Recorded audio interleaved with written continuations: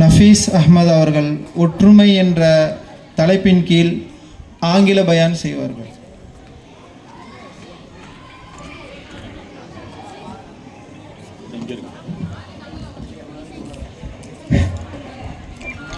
अस्सलामु अलैकुम वरहमतुल्लाहि वबरकातुहु नहमदुहु व नसल्ली अला रसूलिल करीम अम्मा बाद क़ाल अल्लाहु तआला फ़िल कुरानिल करीम व फ़िल फ़ुरक़ानिल मजीद बाद अऊज़ु बिल्लाहि मिनश शैतानिर रजीम बिस्मिल्लाहिर रहमानिर रहीम. All praise to Allah subhanahu wa ta'ala. May peace and blessings be upon the messenger of Allah, our Prophet Muhammad sallallahu alaihi wasallam, his family and all his companions. I have come here to this special occasion to speak under the theme where there is unity, there is life. Ya ayyuhan nasu inna khalaqnakum min dhakarin wa untha wa ja'alnakum min shu'uban wa qaba'ila lita'arafu. O mankind, indeed Allah says in his glorious revelation that he created you from a single male and single female, from Adam alayhi salam and Hawa alayhi salam. He had made you into nations and tribes so that you may know one another. Beloved servants of Allah subhanahu wa ta'ala, all human beings who live in this world are descendants of a single umbilical cord, branches from the same origin. The tribes and clans among us are only for identification and understanding, not for division, pride or disunity. This verse emphasizes that point clearly.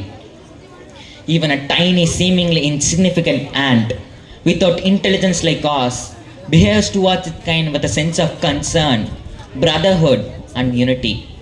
That is why Allah subhanahu wa ta'ala, in His guidance to mankind, named an entire chapter of the Quran An-Naml, meaning the ant, and has mentioned the story of the ant to teach us a lesson.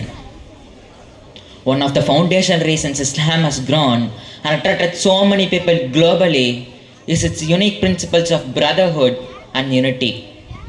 When the Prophet Muhammad sallallahu alaihi wasallam migrated from Makkah to Medina and laid the Islamic renaissance, he prioritized two key aspects: brotherhood among people and unity among communities.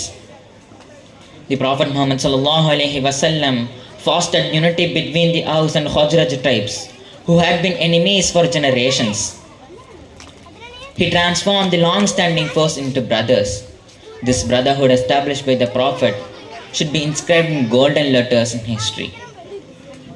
The tribal Arabs, who had little moral order and were engrossed in tribalism, learned love, compassion, and mutual support through the Islamic concept of brotherhood. The ideological brotherhood established by the Prophet was so powerful that it surpassed even blood relations in strength and impact. Sadly, one of the greatest values lost in today's modern Muslim society is social unity, not only at the global or national level, but even at the village or neighborhood level. We are living without unity.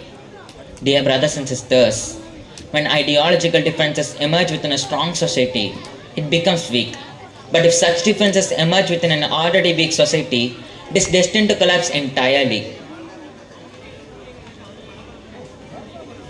Allah subhanahu wa ta'ala warns us in the Quran, obey Allah and His Messenger and do not dispute among yourselves. If you do so, Allah's help will not reach us and you will face increasing hardships. This verse reminds us that unity strengthens a society while disunity leads to failure. The battles of Badr and Uhud in Islamic history clearly demonstrate this. At the Battle of Badr, Muslims achieved victory because of the unity and discipline. But at Uhud, internal disagreement and disobedience cost them the triumph. Today, even those with no powerful ideology seem to prevail over us. Why? Because we have let go of the rope of unity and hence suffer defeat. In his farewell sermon, the Prophet Muhammad sallallahu alaihi wasallam addressed various important matters, including this: no Arab is superior to a non-Arab, and no white person is superior to a black person. He thereby emphasized social unity and brotherhood. But today, we are torn by so many divisions confusions, and hostilities. Most of the challenges Muslims face today are not due to the external enemy, but due to the internal conflicts. This lack of unity and brotherhood has led us to many losses.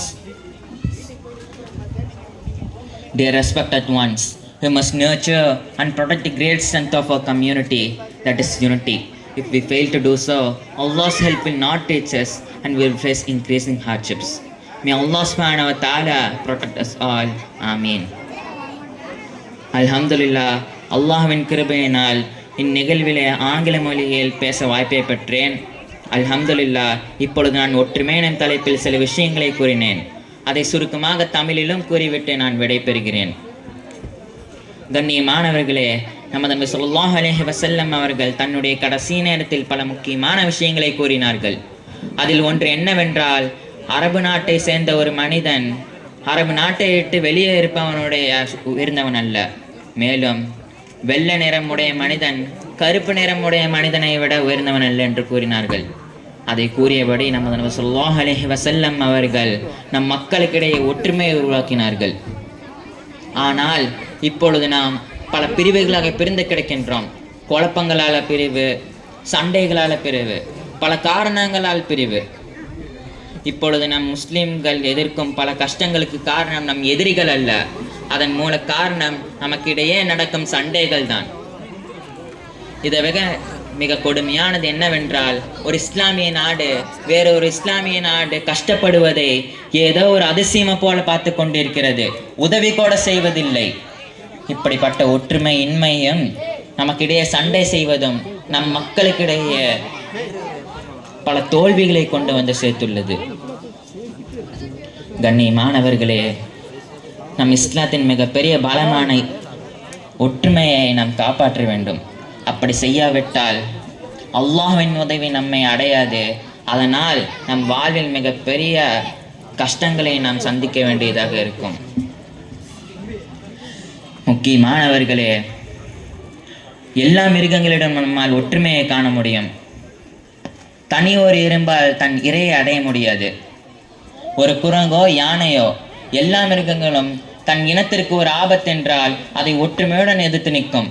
நம் மனிதர்கள் தான் இங்கு பல பிரிவுகளாக பிரிந்து கிடக்கின்றோம். அதை அறிந்து கொண்ட நம் விரோதிகள் நம்மை பல வழிகளில் எதிர்த்து கொண்டு நம்மை பல பிரச்சனைகளில் வதைத்து கொண்டிருக்கிறார்கள். ஏதாவது பிரச்சனை ஏற்படும் பொழுது மட்டும் ஒன்று சேரும் நாம் எப்பொழுதும் ஒற்றுமையாகவே இருந்தால் எந்த கொம்பனாலும் நம்மை சீண்டவோ தீண்டவோ முடியாது. இனி வரும் காலங்களிலிருந்து கியாமத்துடைய நாள் வரை அனைவரும் ஒற்றுமையுடன் வாழ அல்லாஹ் சுப்ஹானஹு வ தஆலா தௌஃபீக் செய்வானாக. இத்துடன் என்னுடைய உரையை முடித்துக்கொள்கிறேன். வ ஆகிரு தஅவானா அனில் ஹம்துலில்லாஹி ரப்பில் ஆலமீன். அஸ்ஸலாமு அலைக்கும் வரஹ்மத்துல்லாஹி வபரகாத்துஹு.